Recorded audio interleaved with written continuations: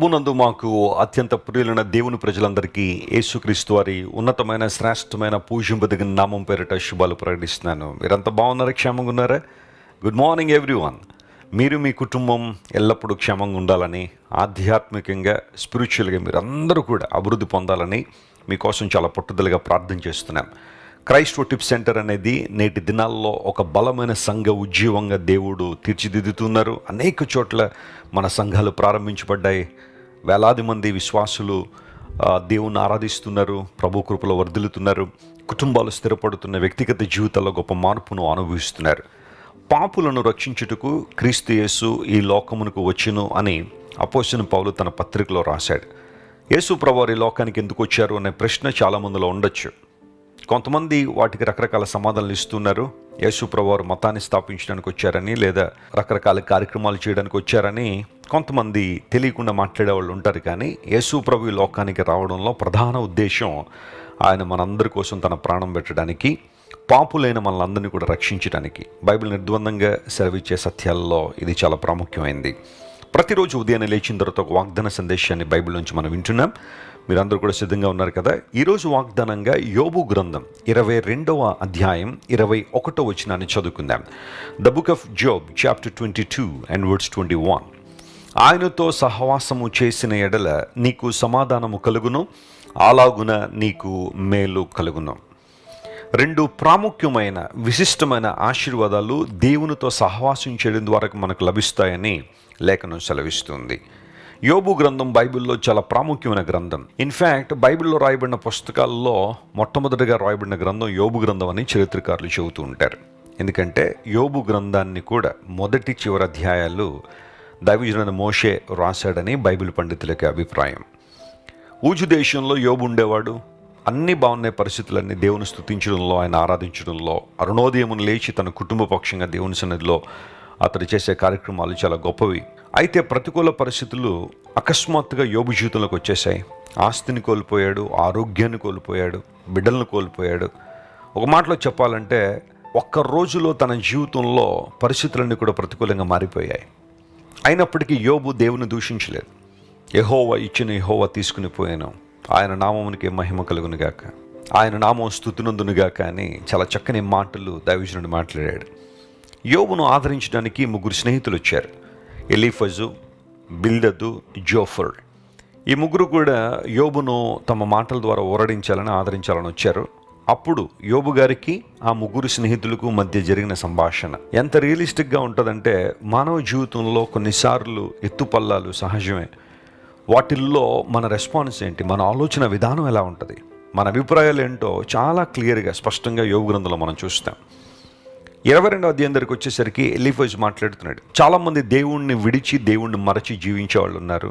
వారి యొక్క పరిస్థితులు ఎలా ఉంటాయో ఆ అధ్యాయంలో వివరించుకుంటూ వస్తూ, యేసుక్రీస్తు ప్రభువును మన జీవితాల్లో కలిగి ఉండడం ద్వారా మనకు కలిగే లాభం ఏంటి, ఈ విషయాన్ని ఈ ఒక్క వచనంలో ప్రస్తావిస్తూ, ఆయనతో సహవాసము చేసిన ఎడల నీకు సమాధానం కలుగుతుంది, అలాగున నీకు మేలు కలుగుతుంది అన్నాడు. ఈ రోజుల్లో మానవుడు ఏది చేసినా పీస్ ఆఫ్ మైండ్ కోసమే, సమాధానం కోసమే.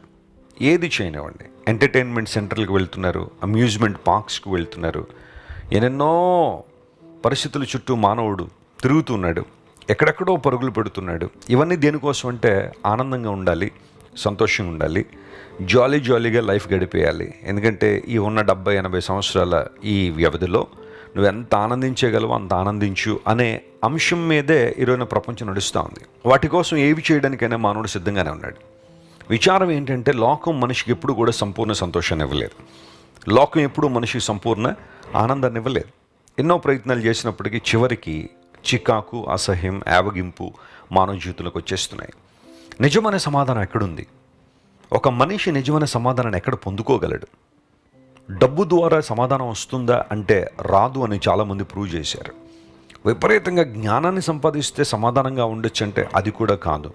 ఎందుకంటే దేవుని సమాధానం జ్ఞానమునకు మించిందని అపోస్తలుడైన పౌలు ఫిలిప్పీ సంఘానికి రాశాడు. బంధువులు, స్నేహితులు విపరీతంగా ఉంటే వారి నుండైనా ఆనందం వస్తుందంటే, బంధువులు, స్నేహితులు కొన్నిసార్లు వారు మాట్లాడే మాటలు నా తీవ్రంగా కలిచివేస్తుంటే, బాధిస్తుంటే వారి వల్ల కూడా సమాధానం లేదు. నిజమైన సమాధానం, నిజమైన సంతోషం ఎక్కడుంది అంటే దేవునితో నువ్వు చేసే సహవాసంలో ఉంది. ఒక మాట చెప్పమంటారా, అసలు దేవుడు మనల్ని కలుగు చేసిన ఉద్దేశం కూడా అదే కదా. ఆయన మనతో సహవాసం చేయాలనే కదా. అయితే మానవుడు దేవునితో సహవాసం చేయాల్సిన వాడు. పరమ తండ్రితో సహవాసం చేసి సకలమైన దీవెనలు ఆశీర్వాదాలు పొందుకోవాల్సిన మనిషి సాతానుతో సహవాసం చేయడం నేర్చుకున్నాడు. అపవాదితో సహవాసం చేస్తున్నాడు. అపవాది దురాశను కలిగి ఉండేవాడు, అబద్ధికుడని బైబిల్ సెలవిచ్చింది. సాతానుతోనూ లోకంతోనూ సహవాసం చేయడం ద్వారా మనిషి తనకున్న ఆధ్యాత్మిక ప్రయోజనాలన్నింటి కూడా కోల్పోతున్నాడు. మనశ్శాంతి లేదు, సంతోషం లేదు, సమాధానం లేదు, జీవితంలో నెమ్మది లేదు, ఆత్మరక్షణ దూరం అయిపోతున్నాడు. అందును బట్టి యేసు ప్రభువు వారు ఈ లోకానికి దిగి వచ్చి సిలువలో మనందరి కోసం మరణించి తన చేతులు చెప్పి పిలుస్తూ ఉన్నాడు, నా దగ్గరికి రండి అని. ఎందుకు అంటే మరలా మన సహవాసం ఆయనతో పునరుద్ధరించాలని. ఆయన ప్రేమను వెల్లడి చేశారు, ఆయన కృపను మన మీద కృమ్మరించారు. ఆయన మన కొరకు ఏమి చేయాలో సమస్తం చేసి మనల్ని ఆహ్వానిస్తున్నారు.